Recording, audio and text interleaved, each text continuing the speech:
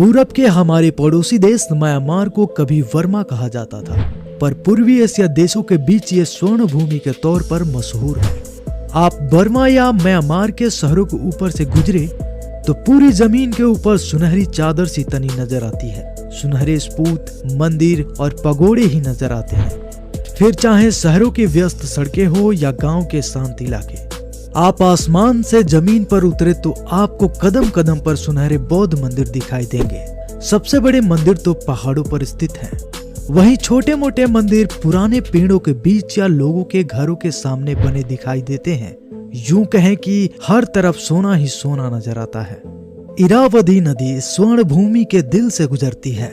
इसके किनारे ही असली वर्मा या म्यांमार है। पहाड़ों पे बने विशाल बौद्ध मंदिर, बूंदों से भरे बादल, दूर दूर तक फैले जंगल और किनारों पर स्थित छोटे बड़े मकान ऐसे लगते हैं मानो किसी कलाकार ने कूंची से एक कृति रच दी हो। यहाँ 700 से ज्यादा स्वर्ण मंदिर है। मांडले के आसपास ही पहाड़ियों पर 700 से ज्यादा स्वर्ण मंदिर है। इन्हें इरावदी नदी की लहरों पर तैरते हुए देखा जा सकता है।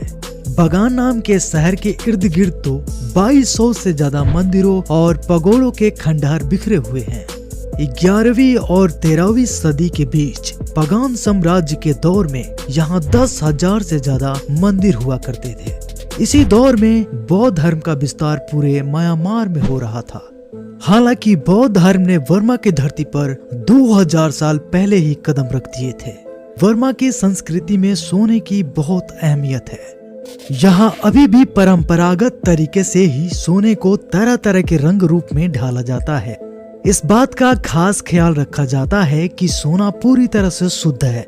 बांस की पत्तियों के बीच में सोने को रखकर 100 से 200 पत्ते तैयार की जाती है।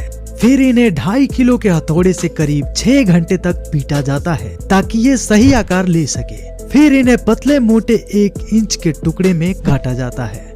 सोने की ये पत्तियां मंदिरों में चढ़ाई जाती हैं। सोने का इस्तेमाल परंपरागत दवाओं में भी होता है। लेकिन अब मैं जो बताऊंगा उसे सुनकर शायद आप विश्वास ही ना करें, लेकिन ये 100% सत्य है। यहाँ के स्थानीय शराब में भी सोने के ये पत्थर डाले जाते हैं। स्थानीय शराब को व्हाइट विस्की के नाम से जानते हैं। इनकी बोतलों में सोने के पतले पत्थर डालकर हिलाया जाता है। फिर इस सोने से मिली शराब को गिलास में डालकर लोग इसका लुत्फ उठाते हैं। म्यांमार में सोने को बहुत पवित्र माना जाता है। यहाँ की 90% आबादी बौद्ध है।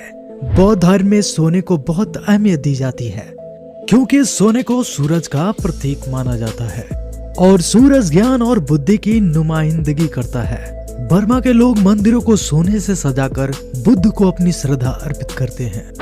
गाइड कहते हैं कि खास मौके पर बनने वाले चावल और सब्जियों में भी सोने के टुकड़े डाले जाते हैं।